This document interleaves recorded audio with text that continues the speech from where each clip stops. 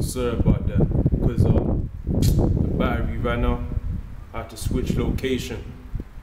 There's another day, but it's continuing on from what we was talking about. And this is the book of Revelations, chapter 5, verse 9. And they sung a new song, saying, Thou art worthy to take the book and to open the seals thereof. For thou wast slain and hast redeemed us to the Most High by thy blood out of every kindred and tongue and people and nation. So that's speaking about Yahweh Shai. That's what that's talking about. Because the seals was upon the scriptures, the understanding and the breakdowns of the prophecies during the time of Daniel's. But now when the Lord returned 2,000 years ago, a couple of centuries after the Babylonian captivity, that's when the end came. That's when the end of this present world came. That's when the Lord himself died as a sacrificial lamb to redeem the children of Israel back into the Most High power. Alright? What proves that? There's the book of Daniel, chapter 12, verse 9. And he said, let me start verse 8. And I heard, but I understood not. Then said I, O my Lord, what shall be the end of these things? And he said, Go thy way, Daniel, for the words are closed up and sealed till the time of the end. The end started 2,000 years ago, like I said, when the Lord came on the earth, Yahweh Shai, and he died for Israel, man. He was that sacrifice.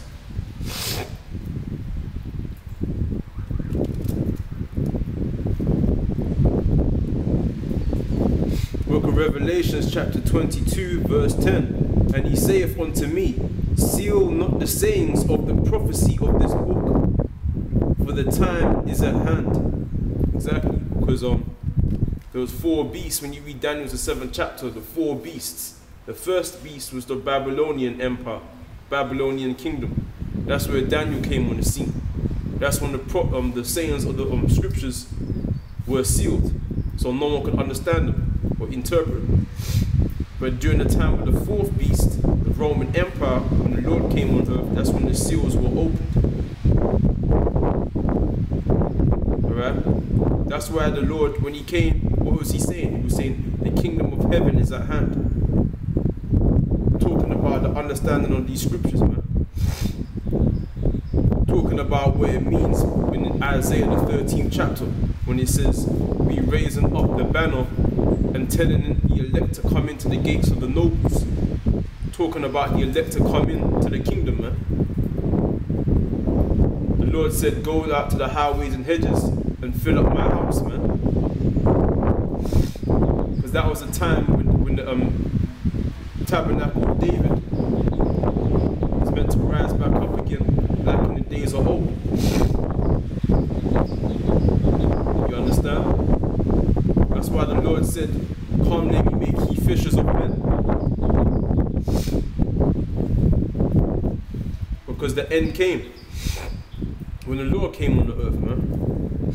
So let's go back. Revelations 9, chapter 5, verse 9. And they sung a new song, saying, Thou art worthy to take the book and to open the seals thereof. For thou wast slain and hast redeemed us to the Most High by thy blood out of every kindred and tongue and people and nation. The word redeem means to buy back. Re meaning back and deem to buy. To buy back. Because to buy back means preemptively, primarily you must have bought something in order to cast it away and then to buy it back. The nation that was cast away or given that so-called bill of divorcement, that's speaking about the nation of Israel, the Israelites.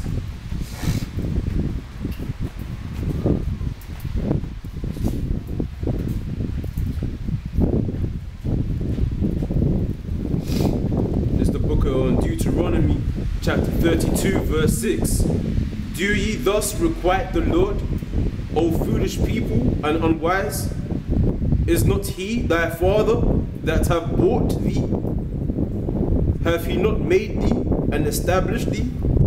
You know, because the Most High bought us, man. We was that purchased possession to the Most High power.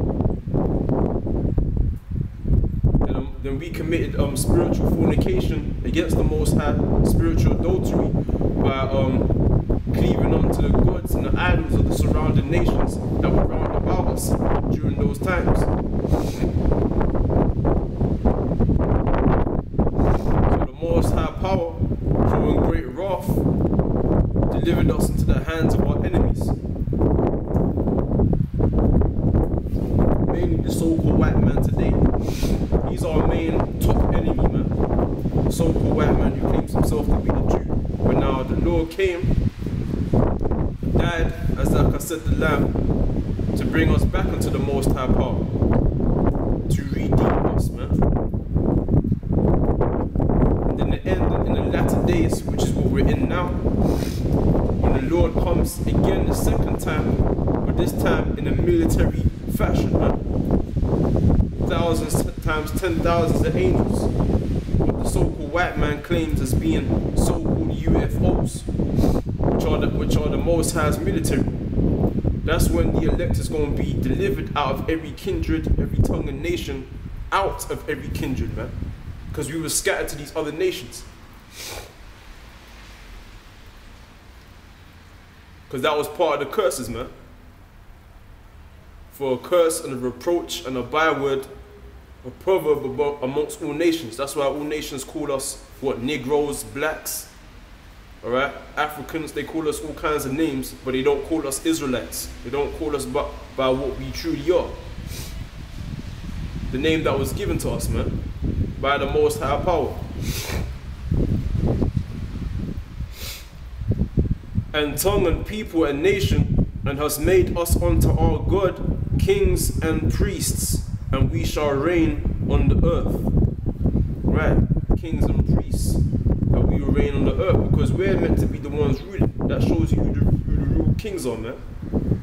But right now, we're walking as servants upon the earth. And our real servants, and our servants, the so-called white man primarily, and the other nations, they're ruling over us, looking down upon us. Looking at us that we're the servants.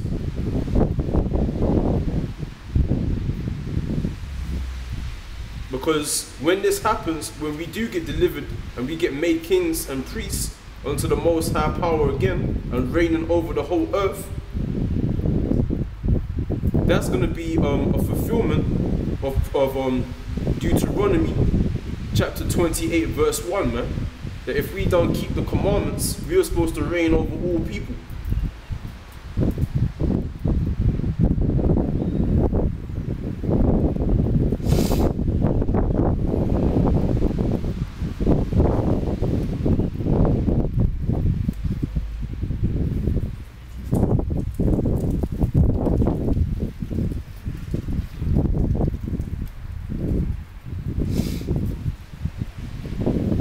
This is the book of Ecclesiasticus, chapter 10, verse 1. A wise judge will instruct his people, and the government of a prudent man is well ordered. So it says, a wise judge will instruct his people, man.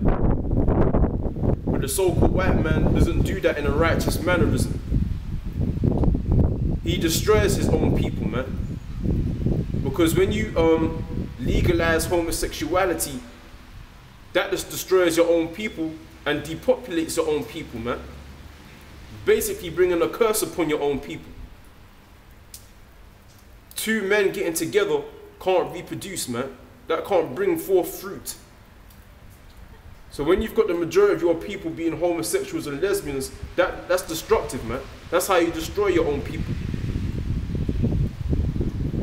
So the so-called white man doesn't instruct his people in a way that's right. And it says the government of a prudent man is well ordered. Now, when you look into the so-called white man's government, he has two Labour parties. His government is split in two. One Labour Party scribbling and squabbling, arguing with the other side, with the other Labour Party. Showing what? Showing disorder and confusion, man.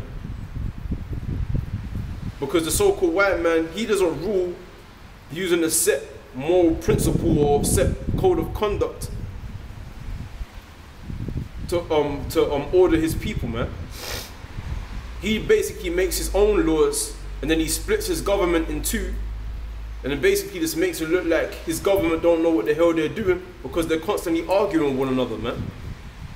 They're constantly arguing with one another.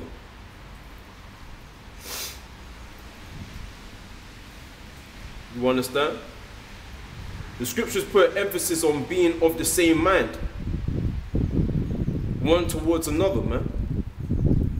Being in unity, not being divided, man, amongst one another, and causing divisions, man. That's what the so-called white man's government is about. The Democrats and the Republicans, man. Now, when our kingdom is established in the Middle East, in the land that was promised to our forefathers, our ancient ancestors, Abraham, Isaac, and Jacob, there's not going to be a division within the tabernacle of David, which is the elect, which is the 104 and 4,000 that will be delivered from the four corners of the earth. There's not going to be a division within that tabernacle, within that church, which is called the house of the Most High. We're all going to follow the same laws.